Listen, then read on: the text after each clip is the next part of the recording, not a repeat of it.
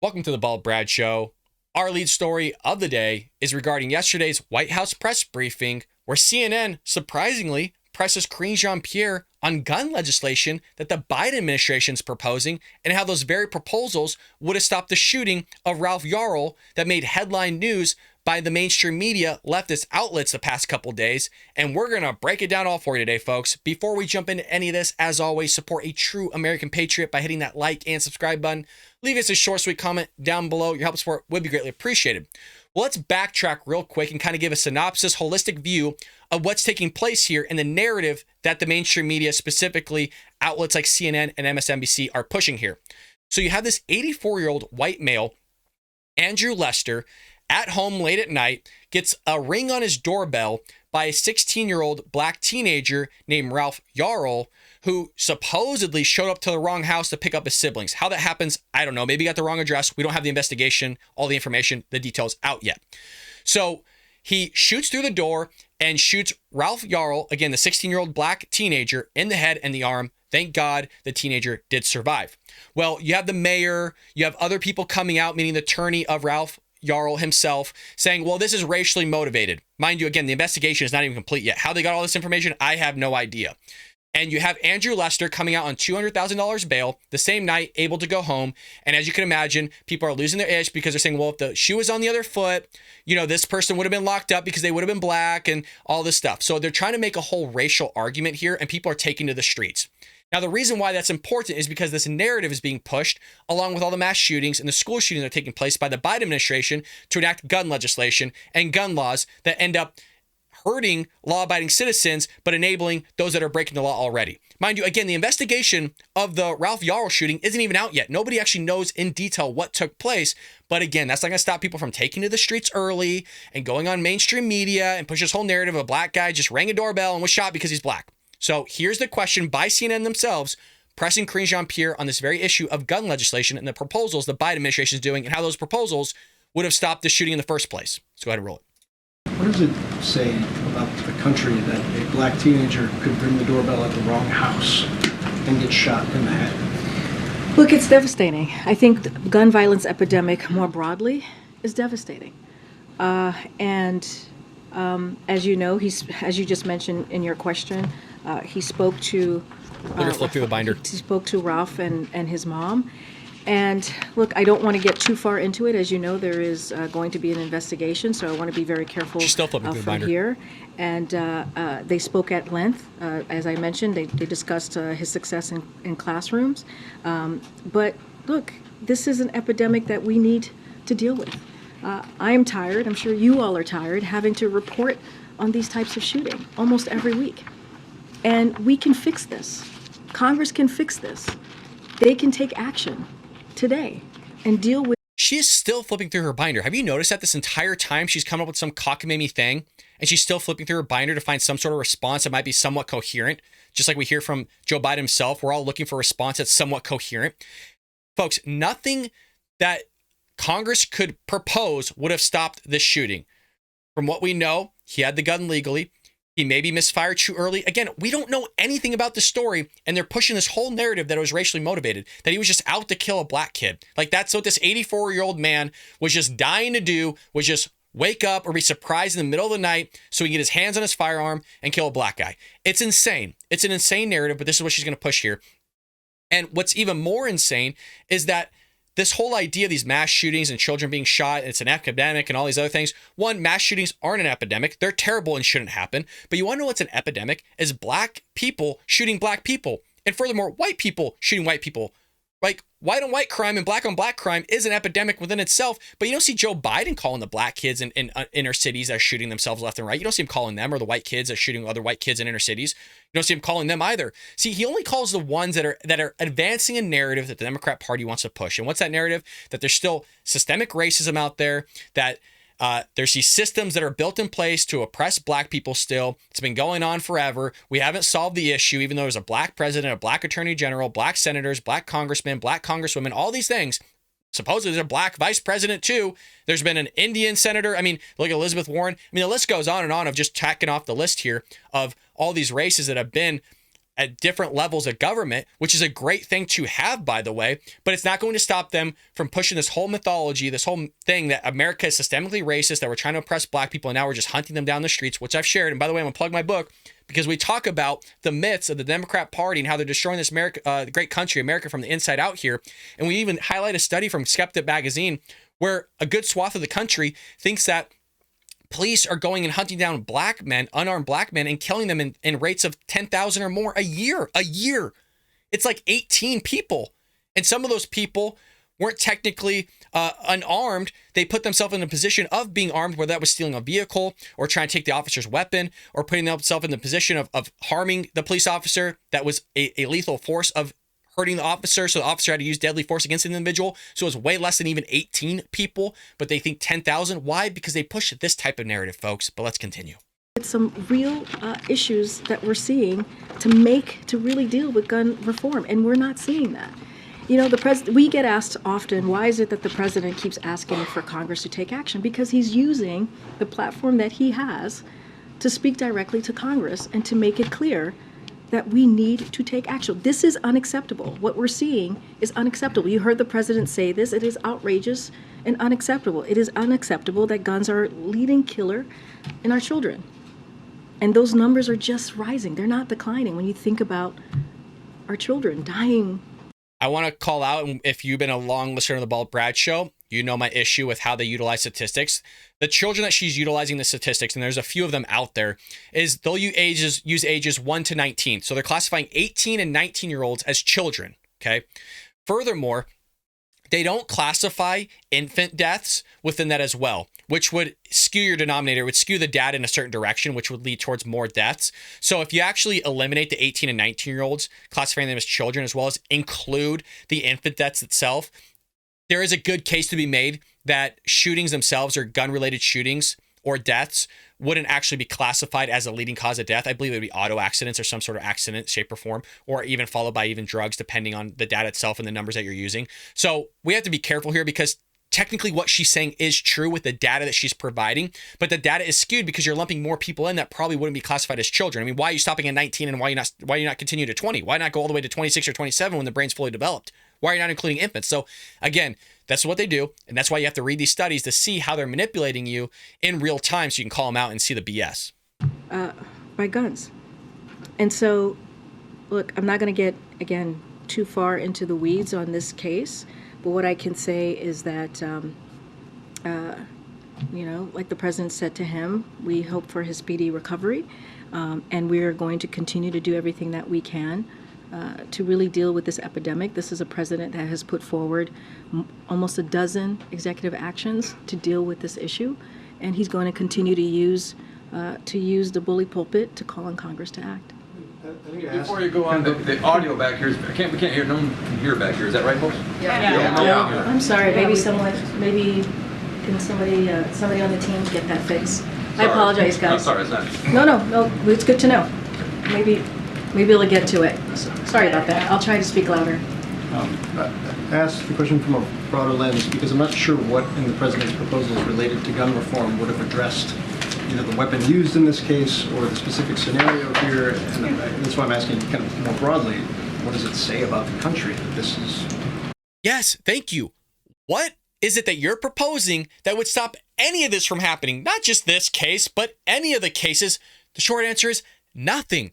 Nothing would stop it from happening. That's the whole issue that Republicans are having, but we're cowards, you guys. According to Karine Jean-Pierre and the Biden administration, we're cowards because we don't want to pass gun reform. We don't want to pass gun legislation and just throw out legislation out there that doesn't actually solve the problem, because Democrats love to just throw legislation out there that doesn't solve anything, which is why you have, massive rampant crime happening in Democrat-ran cities. You got a terrible issue taking place at the southern border, which we'll get to in our next clip here in just one moment. So whatever Democrats want to do doesn't actually solve the problem, but in their mind, it does solve the problem, which is insane. By the way, I think his name's Phil Whittingley here. I believe that's his name. This guy, regardless, is from CNN, the very outlet that was pushing this whole narrative that just a black guy was just shot because he was black. That was the narrative CNN and MSNBC and others were pushing. So good on him for at least calling out the Biden administration here, going, well, what would have stopped it in the first place? Let's see her cockamamie response here. Like, this can happen. Well, look, there's an investigation. I think it just went up. just woke up for a second there. There's an investigation going on, and we'll learn more as the investigation goes by. We can say is continue to lay out what we're seeing. Our children, our schools, our churches, our grocery stores, they've all become targets. And that is devastating to hear. When I started out talking about the gun violence that we have seen over the last couple of days, I said, and I just said this to you in answering this question, it feels like almost every week, at least once a week, we are having discussion. There was one week where the president talked about gun reform and gun violence 3 times.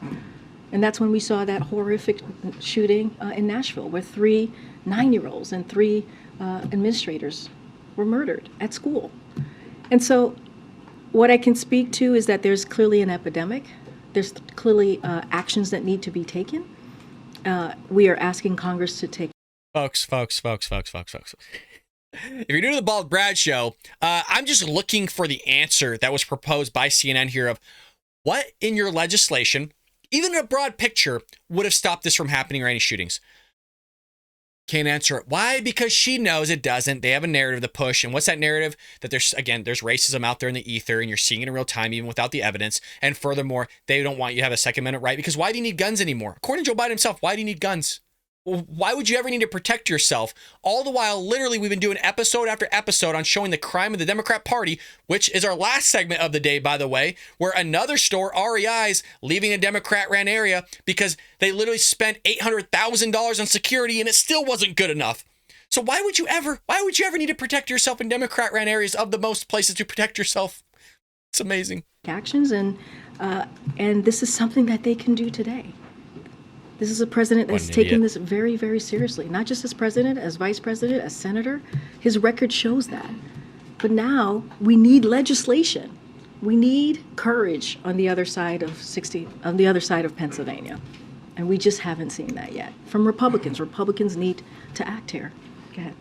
It's amazing, too, and I've called this out many of times on the Bald Brad Show here, is that if you recall, when Joe Biden first got into office here, Democrats had all 3 branches of government. So did they not have the courage to pass the legislation or the reform or do all those things? Because all this stuff was still taking place, by the way. And as I've mentioned numerous times as well, the data shows there's far more black on black crime. I mean, they're shooting each other in rates that is insane. And by the way, so are whites. Whites are shooting other whites in rates that are insane. But because there's a narrative here, there's a push that they have to push here. That's what they're going to do on the pulpit. And she even herself was like, well, we're going to be the bully pulpit to get this stuff through. Do you think, can you just let me know in the comments, you guys, in the live chat? Because I really do read it. I'm here with you guys on this. Do you think that she really believes that she's answering the questions? Like in her head, do you think that she's listening to this stuff? And then in her mind, somehow it's being jobbled up and just kind of construed in a way that she really genuinely believes that she's answering the question? Let me know in the comment section below. Because there's 2 routes. Either she knows what she's doing, or she's an imbecile and somehow gets paid $180,000 plus benefits to do this type of work. Which, if that's the case, it shows you how great this country is, that you could be an absolute imbecile, a knucklehead, and stand on the podium and be the speaker, the leader of the free world, and give those types of responses. If that's the case, God, we got it great in this country. I'm telling you, we literally, and I do believe this already, that we live in the greatest country that God's ever created by far.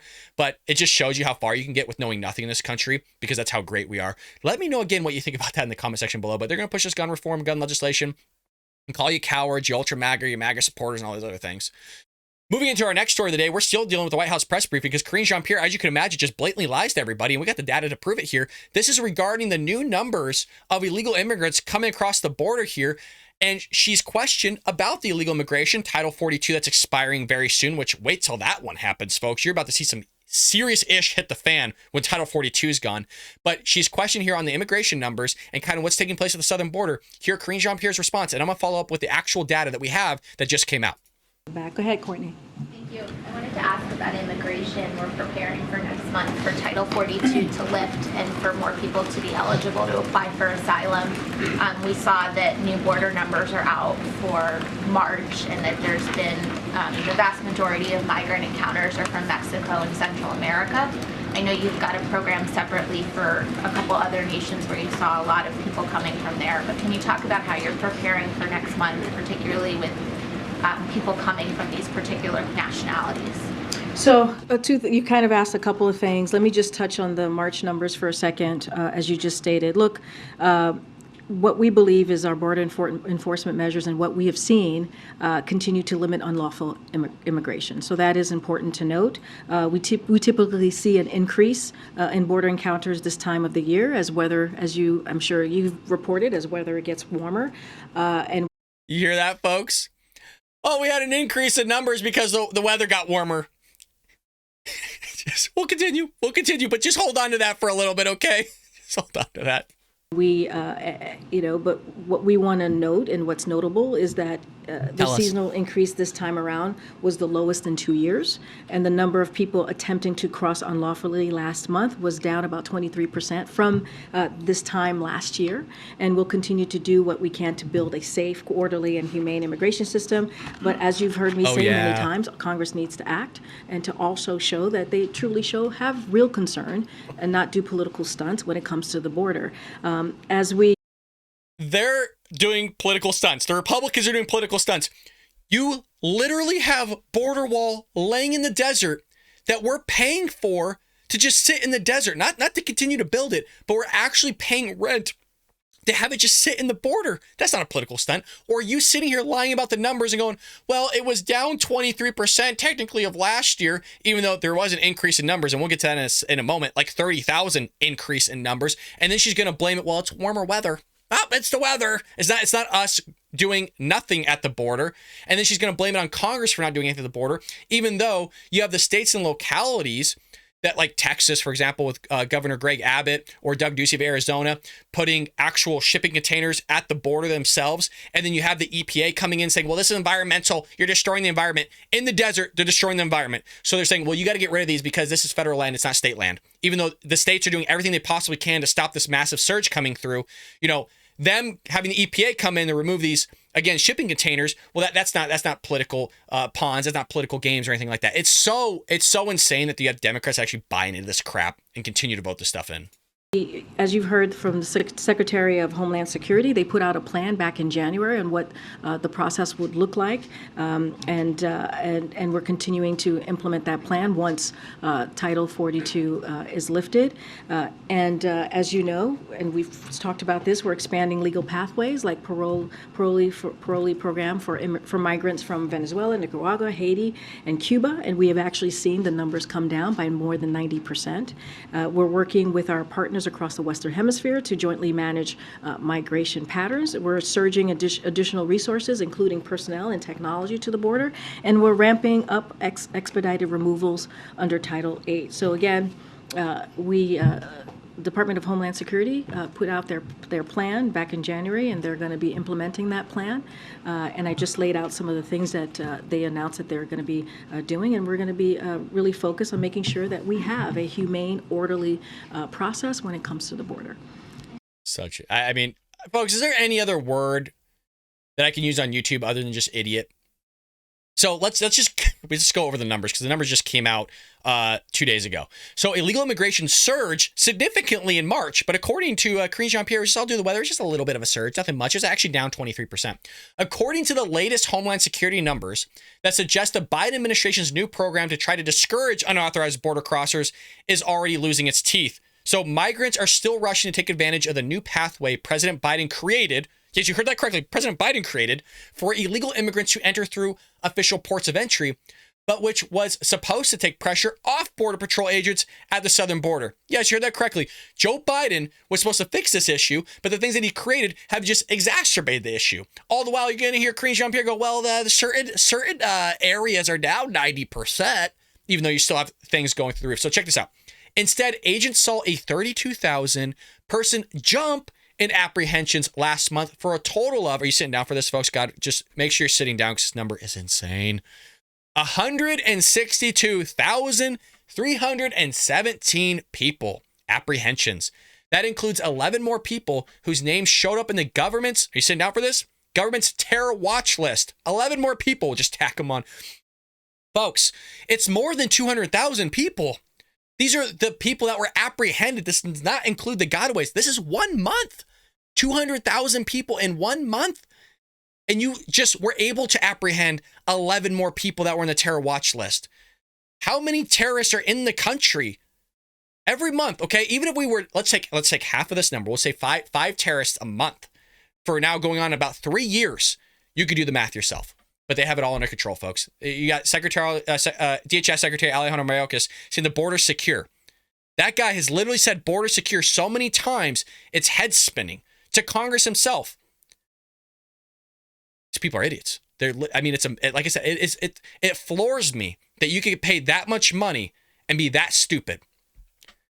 The numbers are particularly worrying, given that the pandemic era Title 42 expulsion authorities expires next month, and Homeland Security will lose a key deterrent tool, meaning you're not going to be able to use a provision that was from the pandemic era that basically allows you to deport people a lot quicker and I guess quote unquote efficiently. Now, I will say there is a case that Title 42 should expire because it's a pandemic era policy.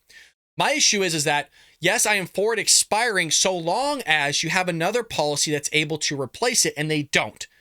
The Biden administration wants to see this, and they were called out by Jackie Heinrich of Fox News going, why are you sitting there saying, well, we're just going to follow the law. Well, you know, it's kind of terrible that it's leaving, when the Biden administration was the one that was proposing this whole thing to expire.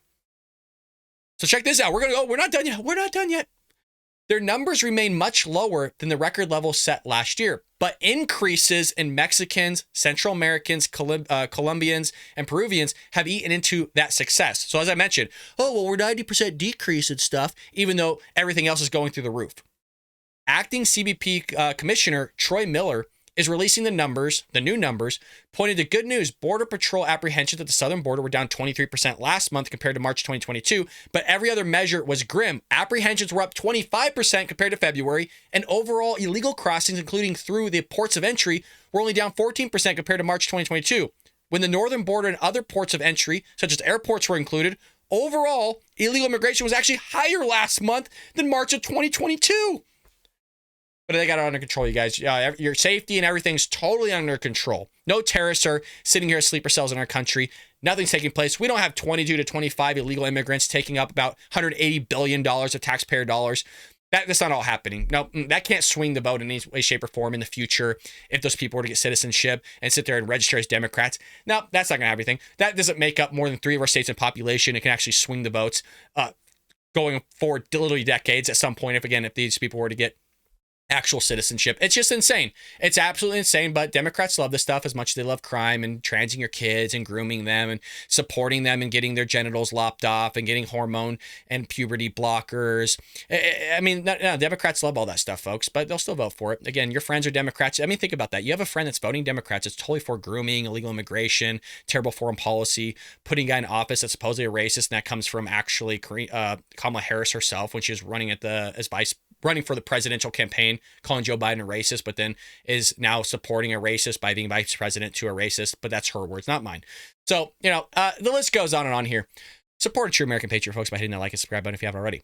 Moving into our last story of the day, just to topple on here to terrible Democrat policies and just the knucklehead shenanigans of them doing their leadership or attempting to do leadership in various places. You have another company possibly leaving a Democrat-ran area, and this new company that's leaving is REI, folks. REI. So now we have Starbucks leaving, we have Walgreens leaving, you have other companies and corporations leaving all these Democrat-ran areas because they can't afford it anymore. Outdoor recreational retailer REI announced Monday that it plans to shutter its Portland store early next year due to a ground record-breaking number of thefts and break-ins, despite the company, you sit down, $800,000 investment in upgraded security measures, the Seattle Times reported. They spent almost $1 million on security measures, and it's still not good enough. That's how crazy things have gotten in these Democrat-ran areas, where you have companies spending $1 million or close to, and they still can't get this stuff under control. Meaning there's no amount of security that a company can do that's going to curb the break-ins, the theft that's taking place, because again, Democrats love it. You can't say that they don't. How can you say that they don't love this stuff when they continue to vote for it? You can't. There's no way around it. You love crime. You love transing kids. You love having a guy in office that can't read from a teleprompter, that fumbles through his words, and his own White House aides are scared he's going to trip over a cord. You're all for this stuff, and we saw it in the midterms. That's what they're for, folks. You gotta get used to it. That this is what they're for, and the only way to beat it is to show up at the polls. You got to get out there. If you can't walk, vote early. Get that mail-in ballot and sit there and fill that sucker out, because it's only going to get worse, and it's going to happen to you. You got to stop thinking, folks, that, well, it's not in my state, it's not going to happen to me. Portland's not in my state. I live in California. It's still happening to me. And where all these Californians going that are voting for all this stuff in? To where you are, folks. It's going to happen. Get out there to the polls. For the love of God, please stop sitting on the couch. Get up and go. It's important. Now, I understand there's other people in other countries. Shib, you can't get out there and vote. We'd love to have you, brother. You're a true American patriot, even though you're in the UK. We want you here, man. There's other people all across the globe that watch the Bald Brad Show. We love y'all. We wish you're here and voting conservative with us, but you can't vote. So now we got to deal with all this shenanigans of the Democrats running roughshod over everything and destroying our country from the inside out. So on Monday, Seattle-based REI sent an email to members explaining that its retail store located in Portland's Pearl District had experienced, quote, its higher... it's just crazy. Its highest number of break-ins and thefts in 2 decades, despite actions to provide extra security. So, mind you, they were already getting break-ins before, but it's just typical of the Biden administration, Democrat Party shatter records. So not only are they shattering records through illegal immigration and their terrible foreign policy, but they're also shattering records here with the highest number of break-ins in their own cities. Lovely. The company also noted that it had outgrown the store's location. So this is kind of an excuse to kind of not exacerbate the problem so they could appease the woke mob, going, well, you know, we're already outgrowing it, so we might as well get out of here. It's like, no, dude, you just spent $800,000 on security and it still wasn't good enough. So they're outgrowing the store's location, which employs more than 150 people, and that building required significant investment to address unspecified issues. You got to love this. They do the same thing when Starbucks was calling this out of, oh, well, you know, we had some issues just with the safety and security of what was going on. You know, we were making some investment opportunities. The store wasn't really getting the rate of return maybe that we wanted. You know, some cockamamie story here, just because, again, they got to appease. They don't want the woke mob going after the corporation on social media and boycotting them, all the other things, so they're appeasing them. Unspecified issues. REI has not announced plans to open another store in Portland in a different district, but is currently evaluating opportunities. We all know what's going on. Megan Burbam, a spokesperson for the company, told the Seattle Times that the record-breaking break-ins and thefts were specific concerns related to the store's location. No, you're just outgrowing it. Don't even worry about it. It's not the break-ins or anything. It's not the $800,000 you just basically threw out the door. You're just outgrowing. Business is just so good. Just so good. The only business that is good is you getting bent over by the Democrat Party and just getting reamed. REI worked with Democrat Mayor Ted Wheeler, who is terrible at his job, and local law enforcement following a spike in thefts last year, including a shocking incident in which a thief crashed through the glass front doors on Black Friday. The break-in was the third in 1 week. It's just unbelievable.